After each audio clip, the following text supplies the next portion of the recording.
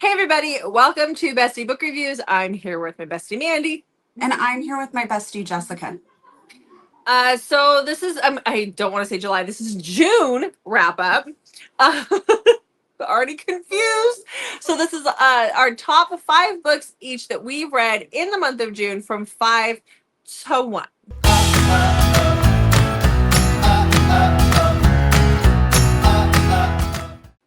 Before we start with that though, Well, we would love it if you would subscribe if you haven't done that yet, and like and comment. Tell us how your June was. What was the top read for you? And you can tell us disappointments too. yeah. So So how was it?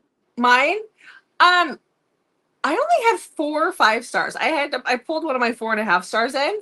Ooh, Yeah, I didn't have a lot of 5 stars. I read 36 books. okay. And how was I yours? read 29 books Okay. and I have 9 5 stars. I did not realize you read that many more books than me this month. I had a bunch of novellas, and I had some rereads for work that I didn't talk about. Okay. So yeah, it's ramping up. So, okay, well, let's get into it. Okay. Okay, so the book that is in the number 5 position for me this month is one of my 4.5 stars, but that's okay. It was still a really good book. I'm still thinking about it. So that is Breathe for Me by Brittany. And this is the first book in a duet, although it's different characters in the duet. I haven't read the second one yet. I will this week. But this is the first in her Langston Brothers duet. It's about Valerie in Denver. So Valerie is, her mom is dying of lung cancer, and so she is having to. Valerie's working to put her mom through chemotherapy, to pay for her chemotherapy treatments. And so basically she's doing this job that she really, really hates. She was going to school to be a lawyer when she dropped out to take care of her mom. And so right now her job is to go, she works for this pipeline, and she goes to ranchers, and basically she buys them out, or she offers them the money to buy them out so that they can put this pipeline in for this company that she works for. And then you have Denver. So Denver is a single father. He had a one night stand, what he thought was a one night stand when he came home from the military. Turned out it was the girl that his brother was engaged to, and it blew up. And so he and his brother are estranged. His dad has passed away. And so it's just him and his son out on this ranch. The woman that he had the child with is just a really crappy mom. She does come around every once in a while, but she's a pretty bad mom.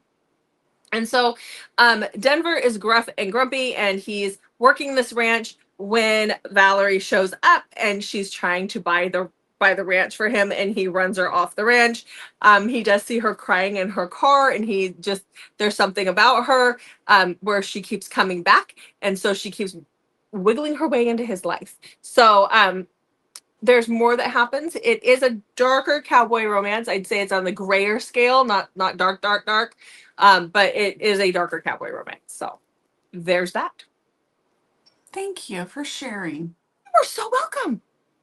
Yeah. Okay. All right. So number 5 for me. Oh, did I share how many 5 stars I read? I think I did. Yeah, you did. Would you say how many was it? It was 9. 9. That's what I was going to say. That was the number in my head. So yeah, you did. Yeah. Okay. So about a third of the books that I read were 5 stars, which is surprising considering this past week I was struggling with reading. Yeah. I never thought I would read again. I know. I got the message.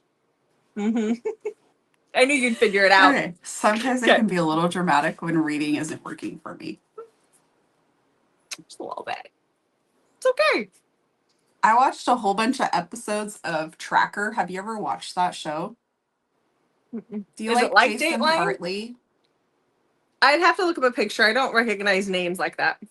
He is not bad looking. I mean, he is not like Jeffrey Dean Morgan looking or Travis Kelce, but he is up there. Mm-hmm. And but Jensen Ackles guest stars on it occasionally. Oh, I know what you're talking about now. Mm-hmm. Yeah. So I watched a bunch of those to try and get me out of my funk. And Dateline. Yeah. Okay. Okay, number 5. Okay. Well, it's just amazing that I had books to talk about, okay? I know. So number 5 is The Situation by Adriana Locke. This is about Tate Brewer. He's the youngest of the Brewer clan. And this is the last book in this series, which this series is great. I haven't read all of them, but the ones I've read have been phenomenal. I love Adriana Locke, though. So he is 27, and he's on a flight to Columbus, Ohio, and he meets Kelly Kapowski. And if you've watched Saved by the Bell, you know who he just met. And he has no idea that this is a fake name. He thinks things are great. They meet up at a hotel, like a restaurant, and then they go back to their hotel and they have like quite the night together. Well, Aurora, Kelly, has just come off of her second divorce and she's just not ready to put herself out there. Like, it's just not what she's wanting to have happen. And she goes to a work meeting like a couple days later, for the Raptors, this hockey team. Well, Tate Brewer, his family owns the hockey team. And she is a little surprised when he walks in and is Tate Brewer, just as he's surprised that she's not Kelly and is actually Aurora.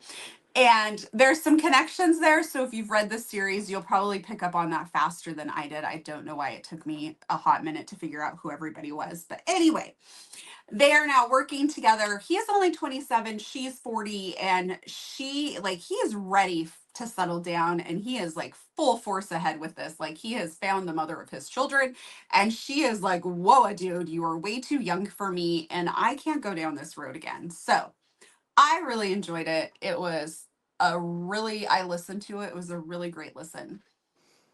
But I'm sure it'd be a good read too. Mm-hmm. The Kelly Kapowski thing is just, for those who are our age, just that's hilarious. Mm-hmm. And And he tells some people and he doesn't understand why they're like laughing at him. you would think anybody, well, because he's younger than her too, so that does make sense. But, yeah, to use that sometimes. I mean, he's Sometimes 27, so if you think about that, also. there were reruns.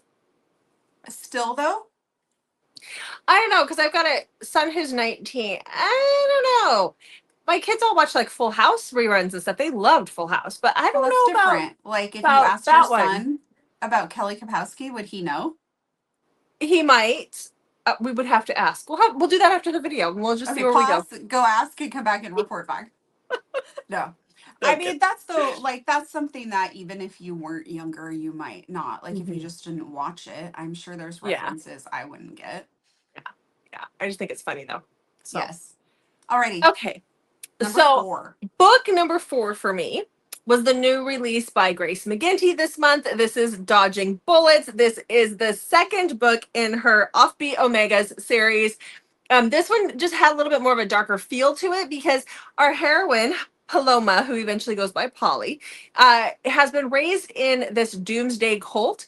And they believe that, or at least she's been taught, she's the only Omega, and she has been taught that it's actually 2125. The year is 2125 instead of 2025, and that the world has already been destroyed out there. So like she thinks they're living through the apocalypse. And so she's actually sold by the prophet into a sex ring situation. And before she can get too far, it's just the initial sale, and then she's being kept in this basement somewhere. The place is raided, and that is where we meet our 3 guys for this book.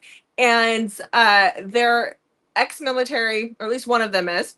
2 of them are, and they're there to rescue these animals in this animal cruelty ring situation that they've been working in. And so when they find her, she's an Omega. She's bald because she was not allowed to have hair until after she was married. And she has this very skewed look on life. Like, she thinks that, she's never seen a TV. She's never seen cell phones. She's never seen these things. And so they take her into their house, and she takes a liking to the 3-legged dog that we've seen from the first book. It's a whole thing. So I really like this one. I like this one a lot, actually. This one was really good. Obviously. Okay. Mm-hmm. Sorry, I was just adding to my notes. Was that what you were doing? Yes. Okay. Okay. Okay. Number 4 for me is Take Me With You by Nina G. Jones. And this is about Sam. Sam is like unhinged. This is a dark, dark romance, in case you can't tell by the cover. But Sam is very unhinged. He breaks into people's homes and messes with them. Like he plants things in there, and then he will break in and tie a couple up and do horrible things to the woman.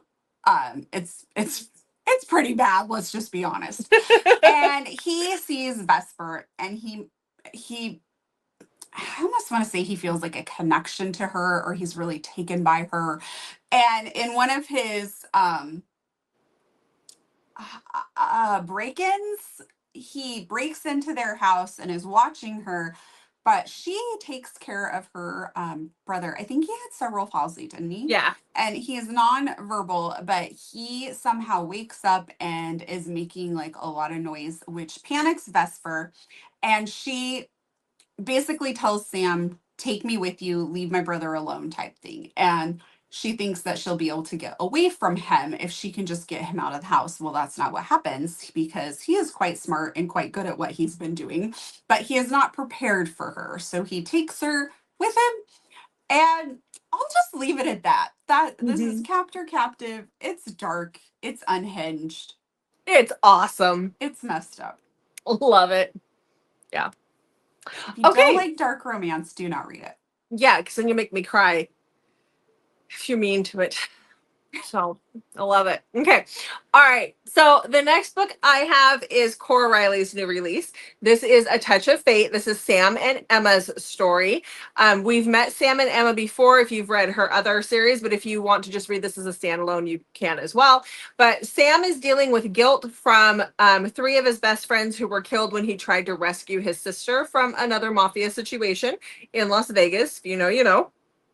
And so those boys were killed, and he's got a lot of, I mean, he's struggling. He is really struggling with that. And Emma was in a car accident. She's also mafia, and her driver or her bodyguard was drunk when she was, I think it was 11. And they were in a car accident where she was in a coma. And when she woke up, she does not have the use of her legs. Now, eventually she kind of gets a little bit of feeling back. She can stand assisted every once in a while, but she's in a wheelchair for the majority of the time. And so they have a marriage that's been arranged. And I think from the time she was like 14, so she knew she was going to marry Sam. And now they're together. Like we see a lot of the stuff in the beginning. And then once they get together, she realizes that Sam is a problem, because in order for him to cope with his feelings, he is turning to alcohol. But her life was ruined by alcohol. And so it is a struggle between the two of them. We see them work through that, and this is their story.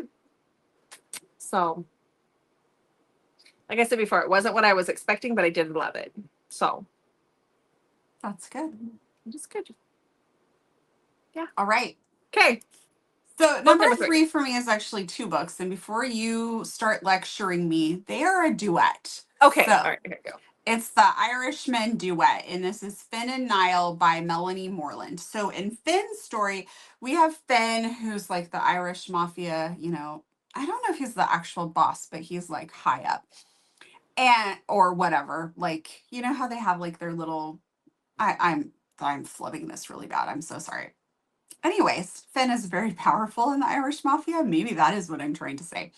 And his one weakness is Una, who works at his hotel. And she wants absolutely nothing to do with Finn's world, but Finn really wants her. And somebody else is in her life that is making things difficult. And she eventually ends up getting herself, not her, she doesn't get herself kidnapped. Well, she does get kidnapped. And it's not her fault she gets kidnapped, is what I'm trying to clarify. It made it sound like she got herself kidnapped, like she did something wrong. She signed up to be kidnapped, is what you. Yes. Yeah. Okay. So she gets kidnapped and is not happy about it. Like she did not want to be kidnapped, in case I have not made that clear. And so Finn will do anything to get her back. He will burn the world down. Well, when Finn and Nile find her, they also find Annabelle, who was also kidnapped. So Finn's story is about Finn and Una, and Nile's story is about Nile and Annabelle. And So in this world, you have two like very alpha dominant, Irish mafia guys. I enjoyed it a lot. Okay. I am a sucker for good Irish mafia. I'm a sucker Hmm. for just if they're Irish in general. I don't know. Yeah. Yeah. Yeah. So, okay. So the book that I have in my number 2 spot is Grave Matter by Karina Halley. This one's hard to talk about, but I'm going to try. So this is a dark psychological thriller. And I've liked a lot of Karina's darker stuff recently just because she keeps me on the edge of my seat and I can never predict what's going to happen next. And so this is about Sydney. She has just landed. She's getting off the float plane on this island, on Vancouver Island. She is going to work for this Madrona Foundation. They are a foundation that has discovered this type of mushroom that they believe will help cure Alzheimer's and some other diseases as well. And so she is a student out of Stanford, and I think it's this is part of her dissertation or something. It has something to do with the last little bit of school that she has, but she has just lost her scholarship and she doesn't want anybody to know because it could jeopardize her being on this island. And they're supposed to be there for like 13 weeks or something. They're there for quite a while, her and these other students. But spooky things start happening right away. Like right away, just getting off the plane. And she starts seeing things and things start happening. And also there's this really hot professor that she has this connection to. Cause I mean, he's hot, first of all. I mean, duh. But that is Kincaid, but she finds Kincaid watching her outside her bedroom window, and she just always feels like somebody is watching her. Something is going on. So I loved it. It is in the number 2 spot, but being like right outside of Vancouver here, it would just add that little extra because when she talks about the moss and the things. I'm like, I know what that looks like. I know what that looks like. So, it was That awesome. sounds creepy. It was creepy. I loved it. Audio just came out for it this last week. So, yeah. All What do right. you got for number 2? And my number 2 spot is Mine by Amanda McKenney. And this is about Aster. Aster, his like estranged wife ends up getting taken, and he gets told like, hey, to get her back, you got to come do this. So he goes, even though he knows it's probably a setup, but he goes to the casino, I think it was a casino, and they're basically going to like play poker for it. So maybe it wasn't an actual casino, but anyways, so he realizes that this is going to be like an ambush type thing, and he decides to grab the guy's daughter, adult daughter, and take her captive. Since he is not getting his wife back, he's going to take something that belongs to him.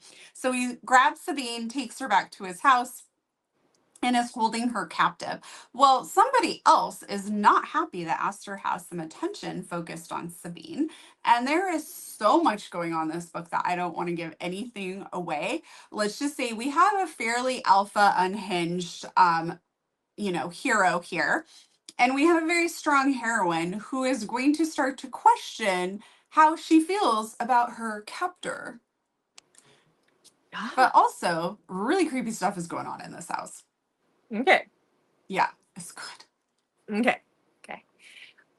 So my number 1 book for the month is gonna make Mandy laugh. So that's Korvac's Challenge by Ruby Dixon. This is you're I'm not keeping a laughing. straight face. I until I switch over. So this is the 4th book in her Ice Planet Clones series. This is the spinoff of Ice Planet Barbarians. I loved this one because it felt like we were back at the beginning again. Because what happens is Korvac wakes up, like all these people have been dropped on the planet. We know that they're all clones from earlier books, and they're all different races. So you've got a bunch of women that are humans, and then you've got splices and all these other things. So Korvac is a splice, and he has several different kinds of DNA in him. So he has all sorts of things going on. And he wakes Addie up out of her, or 80, it's 80, up out of her pod. And she's immediately cold. She has no clue what's going on, but he is a gladiator. That's all he knows. And so he tells her, we've got to go. Like, this is a game and I'm going to save you. We've got to go. And so he grabs her and starts running through the snow. She's freezing her butt off. And he sees a day or two later, he sees some of the other guys out hunting. So he knows that he has to get one of the Quees, one of the symbionts to survive, gives that to Addie. And he gets one as well, or AD. It's AD. I keep wanting to say Addie, but it's AD. She clearly states that in the book. But that's all they know. And so they're trying to survive on their own. They know nothing about this planet when all of a sudden they start to resonate to each other. They have no clue what's happening. Why are their chests rattling? Why are they horny as hell? Like, what is happening here? And of course, they're two different species, so they can't get pregnant. But we all know that that's a load of crap. I liked it because it gave that feel of being back at the beginning and not knowing anything about this planet. So it was awesome. I'm so happy for you and your blue. Are you though? Are you? Mm-hmm. Okay, what is your number one book of the month? I am eagerly awaiting for her to write the Yeti book, and I cannot wait for you to read it and me to be like, I told you. So for those who've read Ruby, she's talking about the Metlax because they play a really big part in this book. The Metlax are not supposed to be heroes. They're not. Yeah, eventually she's gonna run out of ideas and have to go down that path. She might be. She might. You never know. So, okay. All right. My number one read of the month of June was Last Chorus by L.M. Horan. You must read first verse first because it is a duet. So first verse, it starts off Eva and Wilder's story. They are the children from our hero and heroine in Breaking Giants and Breaking Silence. You do not have to read these two books to read this series, although it does give you a little more insight, but you can completely read these without reading those. So to Last Chorus, it's really going to be slightly difficult to talk about because you have to have read first verse since it's a duet. But I will say this, I feel like first verse focuses a little more on Wilder's story, where Last Chorus is focused a little more on Eva's story. And this is like, oh, it is just so, so good. I cried 3 times reading this. It's very angsty, very emotional, and oh my gosh, it's just so incredibly good. And I don't really know what else to say without giving it away because you have to read the other book, and I've talked about it a lot. So, number one book, it's phenomenal. So if you're looking for a Rockstar Romance, pick up this duet. You will not be sorry. Okay. All right. Well, there you go.